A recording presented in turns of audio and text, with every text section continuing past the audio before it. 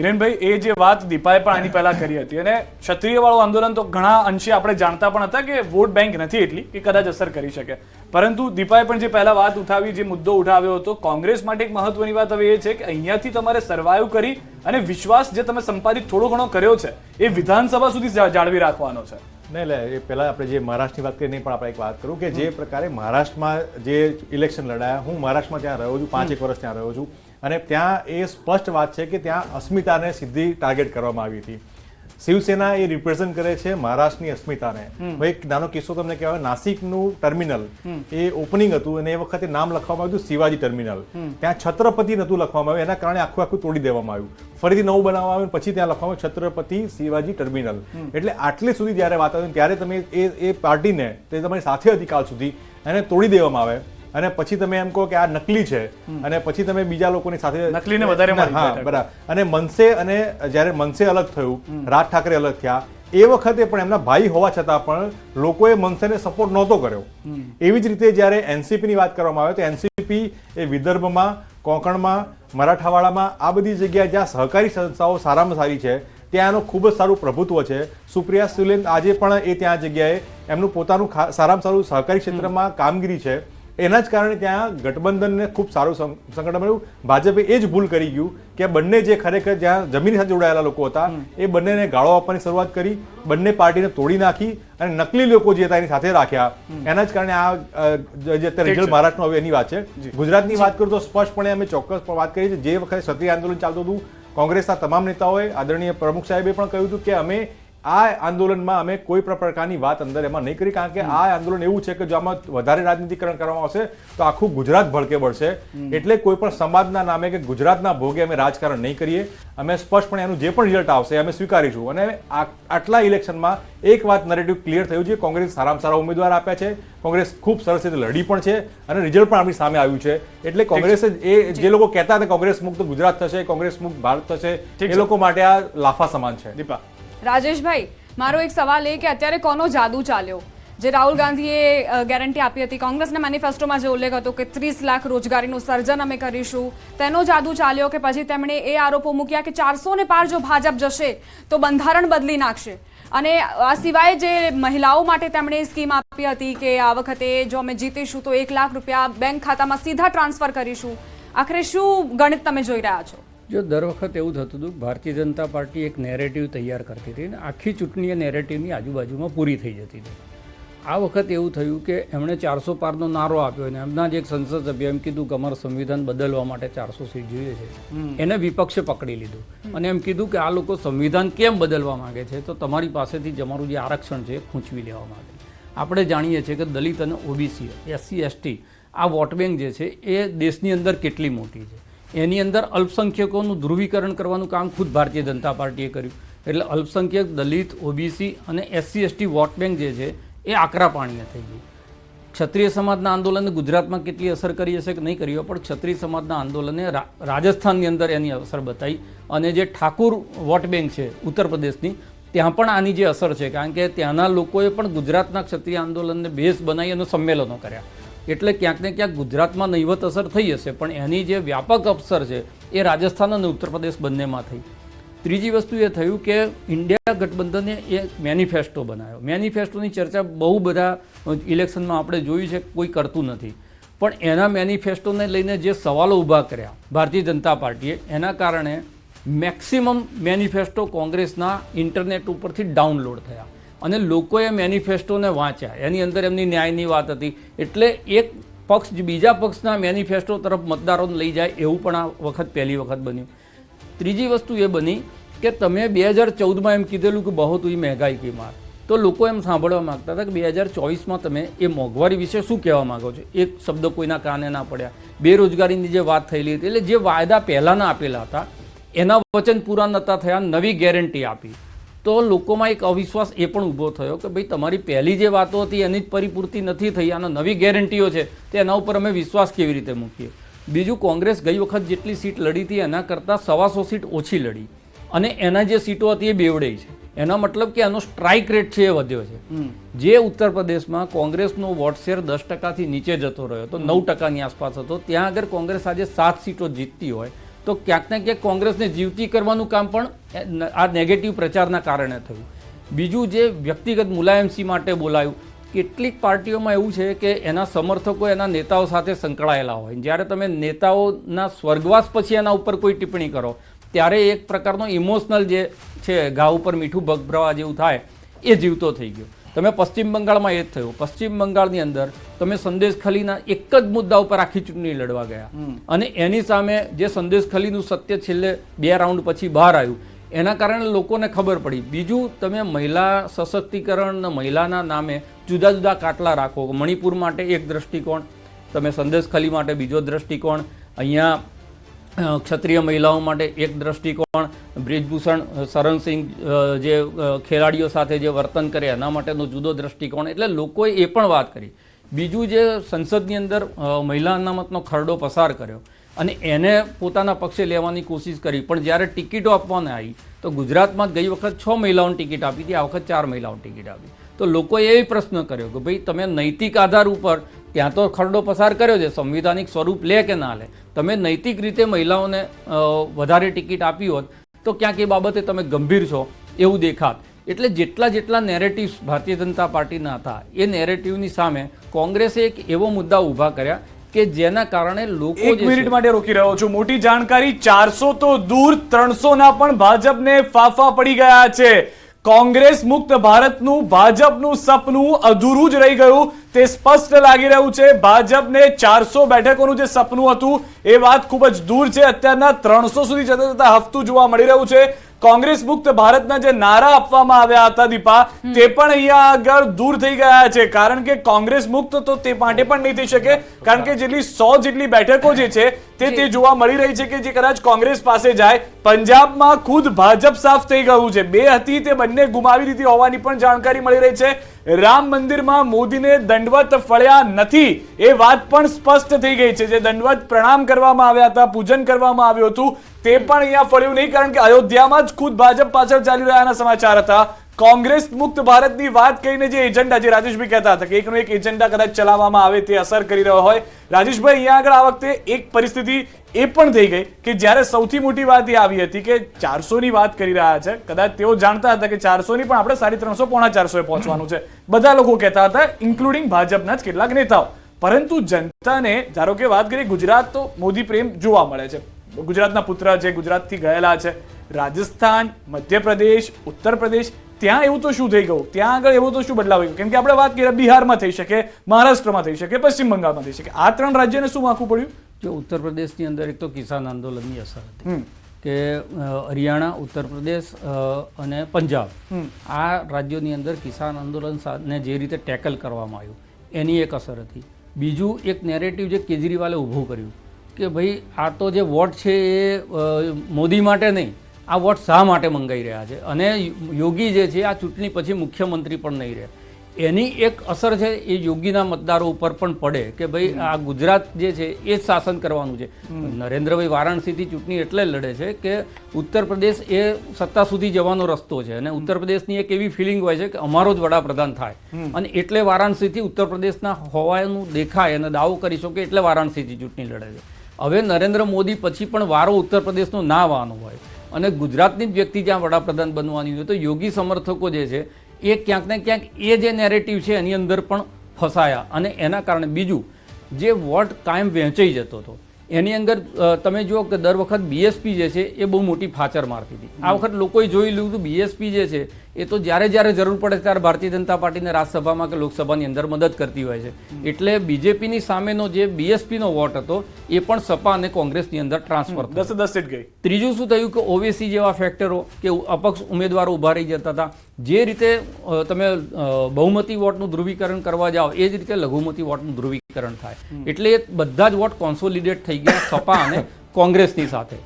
બીજું, જયંત ચૌધરી જે છે એ છેક સુધી અખિલેશની સાથે હતા, છેલ્લા ટાઈમે ભારતીય જનતા પાર્ટી સાથે ગયા. એના કારણે જાટ વોટ બેંક હતી એ પણ નારાજ થઈ અને એ જાટ વોટ બેંક છે એ પણ પાછું એની અંદર એનો ઉમેરો થયો. એટલે આજે તોડફોડની રાજનીતિમાં બીજું, ભ્રષ્ટાચાર બહુ મોટો નેરેટિવ હતો 2014નો કાળું નાણું સૌથી મોટો નેરેટિવ હતો. હવે એ જે પ્રશ્નો ઉઠાયા હતા પછી એ જ ભ્રષ્ટાચારીઓને તમે લઈ લીધા, મહારાષ્ટ્રમાં એના ઉપમુખ્યમંત્રી બનાવ્યા. જે વ્યક્તિ માટે સીડી અને કાગળો લઈને અમિત શાહે 45 મિનિટની પ્રેસ કોન્ફરન્સ કરી હતી, એ વ્યક્તિને એક રાજ્યના તમે મુખ્યમંત્રી બનાવો. એવી રીતે બધા જ રાજ્યની અંદરથી એવા લોકોને પાર્ટીમાં લીધા. એટલે ક્યાંક ને ક્યાંક લોકોને એમ થયું કે ભાઈ પહેલા ભ્રષ્ટાચારી હતા એ તમે કહેતા હતા એ સાચું હતું, કે હવે તમે લો છો ને એમ કહો છો ચોખ્ખા છે એ સાચું છે. એટલે આ બધી જ બાબતોમાં લોકો કન્ફ્યુઝ થયા છે. અને રામ મંદિર જે છે ને એ બહુ જૂનો મુદ્દો રહ્યો. 14 પછી 19માં પણ તમે ઉત્તર પ્રદેશમાં જુઓ તો સીટો ઘટી છે, 74 થી 64, એટલે 10 સીટ તો 2019માં પણ ઘટી હતી. અને એની અંદર પણ આટલો ઘટાડો થયો, એનો મતલબ કે આ જે એકના એક સિક્કા છે એ ચાલતા નથી. ઠીક છે. તો ભલે ભાજપને દેશને કોંગ્રેસ મુક્ત બનાવવું હતું, પરંતુ પોતે કોંગ્રેસ યુક્ત થતી ગઈ, જેના કારણે આ પ્રકારની સ્થિતિ સર્જાઈ. કારણ કે સ્થાનિક લેવલે પણ ઘણી વખત એવું બન્યું કે વિખવાદ સર્જાયો હોય, પછી ત્યારબાદ ભલે સમસૂત્રું બેસવામાં તે સફળ રહી હોય. હા હા હા હા આવી જઈશું 7:30. Okay okay. जॉब के लिए તો સૌથી મોટી આ જીત પર અપડેટ આવી રહ્યું છે, કારણ કે કોંગ્રેસ માની રહી છે જ્ઞાનીબેનની જીત. શક્તિસિંહ ગોહિલે જ્ઞાનીબેનને આપ્યા છે અભિનંદન. શક્તિસિંહ ગોહિલે જે ટ્વીટ કર્યું છે એ હું આપને બતાવવા માટે ઈચ્છી રહી છું. શક્તિભાઈએ 15,000 થી વધુ મતથી જીતની વાત જે કરી છે કે અમારી બહેન જ્ઞાનીબેનને 15,000 કરતા વધારે મતથી બનાસકાંઠાથી વિજય થતા અભિનંદન. તો જીતના આ અભિનંદન બનાસકાંઠા, બનાસની બેન તરીકે આ વખતે આ શબ્દ સૌથી વધારે ચર્ચામાં પણ રહ્યો અને સૌથી વધારે બોલાયો પણ છે. અને બનાસકાંઠાની જ્યારે વાત આવે ત્યારે એક જ નામ લેવાશે અને એ છે જ્ઞાનીબેનનું. કારણ કે આ જીત, આ એક ચહેરો, જે મહિલા ચહેરો છે તેને ફાળે જાય છે. અને સૌથી મોટી વાત છે કે કોંગ્રેસે જે ચહેરા ઉપર પોતે એક વિશ્વાસ મૂક્યો હતો, કારણ કે પોતે એક ધારાસભ્ય જ્ઞાનીબેન વાવના, પરંતુ ત્યારબાદ તેમણે સાંસદ બનાવવા માટે જે રીતે આગળ ધપાવવામાં આવ્યા, પ્રિયંકા ગાંધીએ પણ જે રીતે મહેનત કરી તેમના માટે, જે સભા પણ કરવામાં આવી હતી તેમાં પણ જ્ઞાનીબેનને સાથે રાખવામાં આવ્યા. અને ત્યારબાદ આપ જોઈ શકો છો કે આ પરિણામ કઈ રીતે આગળ આવી રહ્યું છે. અમારી બહેન જ્ઞાનીબેન, કારણ કે શક્તિભાઈએ પણ એ જ લખ્યું છે કે અમારી બહેન. આ જે શબ્દ, આ શબ્દ સૌથી અગત્યનો છે. પ્રગતિબેન, કેટલી ખુશી, પહેલા તો એ કહેશો કે કેટલી ખુશી છે આથી? રિયલી જે ખુશી પહેલેથી એવી હતી કે જ્ઞાનીબેન જીતવા જ જોઈએ. અને જે આ એમની લીડના તમે જે જીતના સમાચાર આપી રહ્યા છો એનાથી વધારે કોઈ મોટી ખુશી ના હોઈ શકે. જ્ઞાનીબેનને ખૂબ ખૂબ અભિનંદન, ખૂબ ખૂબ શુભેચ્છાઓ. આજે ગુજરાતના તમામ લોકોના દિલ જ્ઞાનીબેને જીતી લીધા છે અને એમના માટે જે ખુશી વ્યક્ત કરવા માટે કદાચ મારી પાસે શબ્દો નથી સંધ્યાબેન, કે આ ભાજપની સૌથી મોટી હારની શરૂઆત જ્ઞાનીબેને કરી છે અને આ ગુજરાતમાં પહેલો પાયો નખાયો છે. હવે પછીના તમામ ઇલેક્શનમાં જોજો, જે ભાજપ અભિમાન કરી રહી હતી કે સરપંચથી સંસદ સુધી અમે છે, તો એ હવે બોલવાનો મોકો એમને નહીં રહી. કેમ કે તમે જુઓ, ગુજરાતની અંદર 10,000 ગામડાઓમાં સરપંચના ઇલેક્શન એમણે બાકી રાખ્યા હતા, એમના ગુમાનમાં ને ગુમાનમાં. આ જ્ઞાની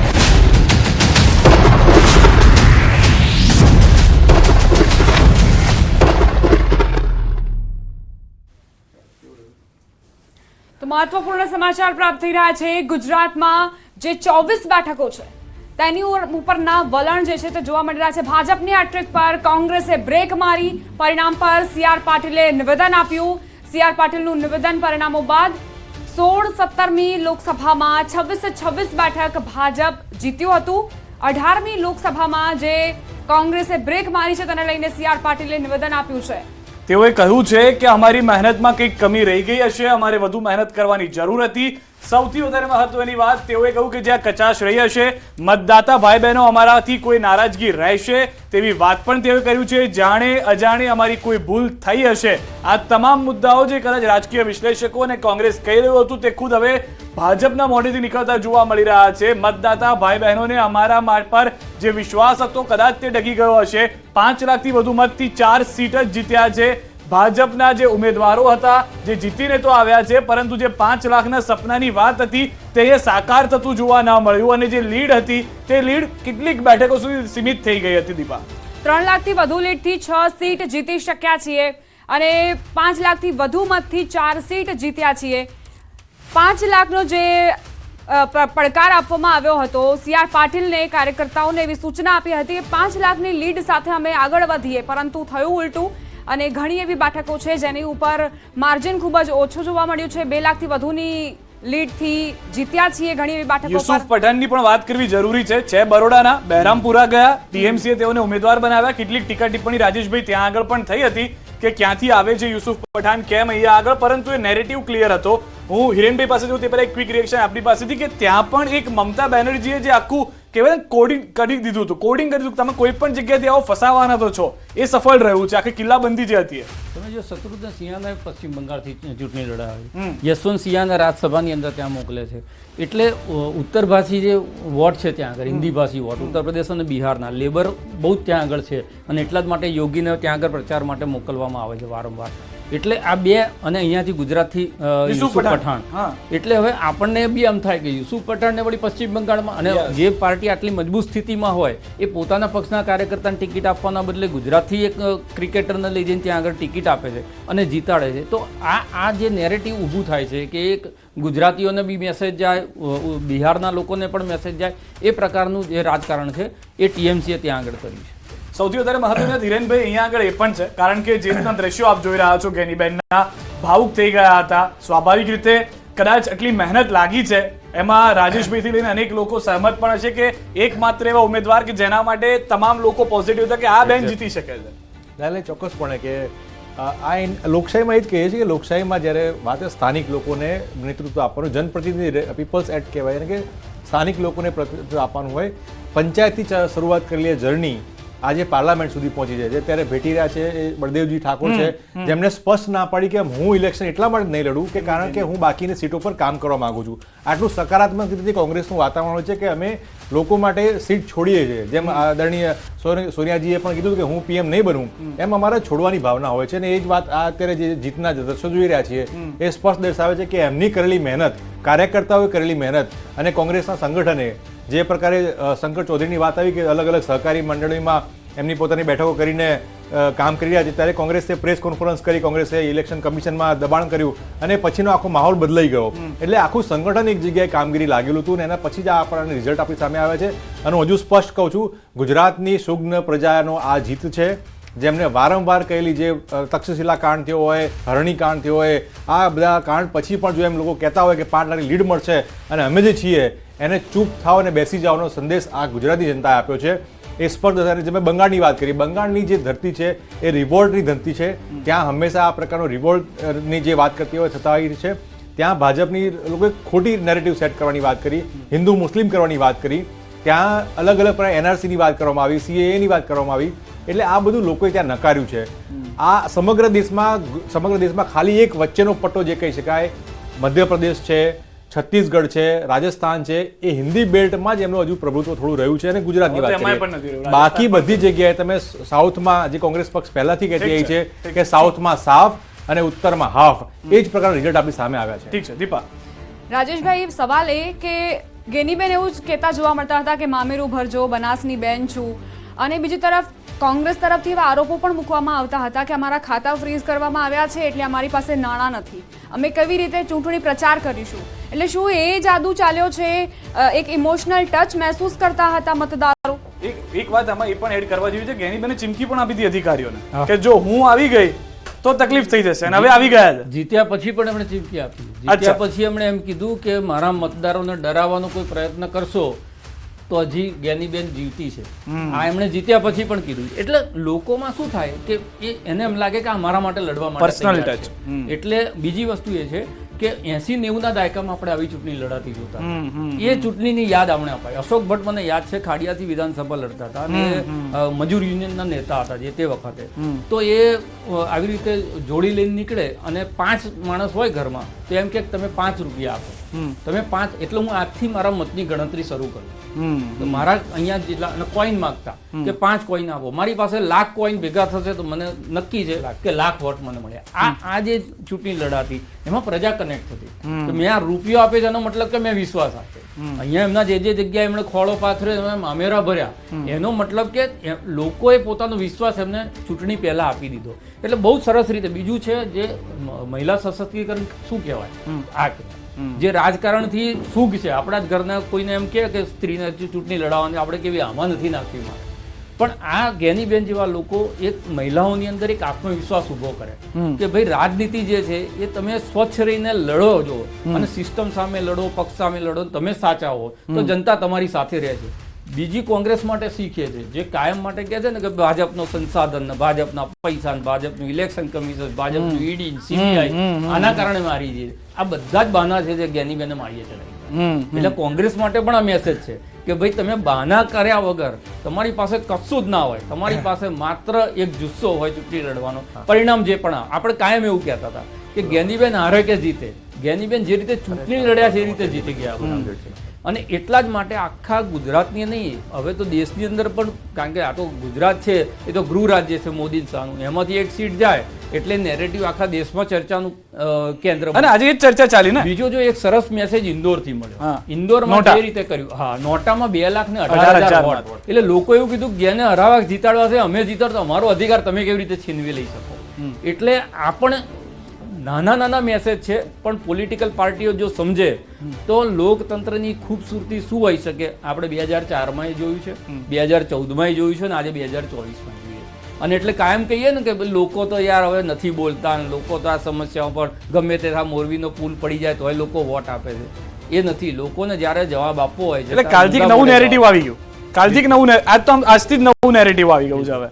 બિલકુલ. અને આપણે કોંગ્રેસની બહુ ટીકાઓ કરી, અત્યાર સુધી કોંગ્રેસને સંભળાયું છે, પણ જરૂરી હતું ને. હા. અને બીજું જે ઈવીએમ ની વાત કરી ને, ઈવીએમ ની એક સરસ વાત કહું, ઈવીએમ ની જે વાત કરી, દાખલા તરીકે આપણે વિશ્લેષણ કરીએ, તમે પત્રકારિતા કરો છો, વારંવાર કોઈ સામે બેઠેલો માણસ એમ કે તમે તો ભાજપના પ્રવક્તા છો અને તમે કહો કોંગ્રેસના, ક્યાંક ને ક્યાંક આપણું કોન્શિયસ બાઇટ થાય, આપણી આક્રમકતા છે ને અમુક મુદ્દા ઉપર નીચી થાય. ઈવીએમ ઉપર વારંવાર સુપ્રીમ કોર્ટ સુધી ગયા, ઇલેક્શન કમિશન ઉપર સવાલ ઉઠાય, એના કારણે શું થાય, ઇલેક્શન કમિશન એક દબાવ અનુભવે. અને જે જગ્યાએ આખા દેશની અંદર થતું નથી હોતું, પણ જે જગ્યાએ કોઈક એવા કમ્પ્લીટ લોટો હોય, જેમ આપણે ધોળકામાં કર્યું હતું કલેક્ટરે, એવું જે લોકો કરતા હોય એના ઉપર એક પ્રેશર આવી જાય. અને આ દ્રશ્યો બધું કહી રહ્યા છે, હાલમાં જે દ્રશ્યો છે જ્ઞાનીબેનના, ભાવુકતાના દ્રશ્યો, જીતના દ્રશ્યો, 25 વર્સિસ 1 ના દ્રશ્યો, કોંગ્રેસની જીતના દ્રશ્યો.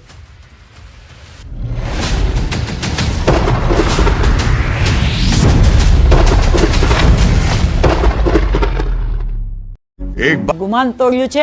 અને ટૂંક સમયમાં તમે જોજો પાટણથી ચંદનજી પણ આ લોકોનું ગુમાન તોડશે અને આ બંને બેઠકો કોંગ્રેસના ખાતામાં જશે. આખા ગુજરાતની નજર હતી અને ગુજરાતની અંદર એક આખો માહોલ જ્ઞાનીબેને ઊભો કર્યો હતો કોંગ્રેસ માટેનો કે હું કોંગ્રેસમાંથી લડી રહી છું. એમ તમે જુઓ તો બધા જ આ વખતે ઉમેદવારોની બાબતમાં પણ એવું જ હતું કે જે 5 લાખની વાત કરતા ભારતીય જનતા પાર્ટીના એક પણ તમે પ્રવક્તાને નહીં સાંભળો કે નેતાને નહીં સાંભળો કે 5 લાખને પારનો આંકડો પાર કરવા વાળી વાત. એટલે અમારા કેન્ડિડેટ બધા જ સરસ હતા, પણ જ્ઞાનીબેન માટે તો આખા ગુજરાતની એ જ લાગણી હતી કે જ્ઞાનીબેન જીતવાના છે. બિલકુલ. શક્તિસિંહભાઈ સાથે જ્યારે મારી વાત થઈ હતી, જ્યારે ઇન્ટરવ્યુ લીધું હતું, ત્યારે એમણે એક વાત કીધી હતી કે અમારા આ વખતના જે ઉમેદવાર છે એ પ્રામાણિકતાથી ચૂંટણી લડે એવા ઉમેદવાર અમે ઉભા રાખ્યા છે. એટલે ચહેરાની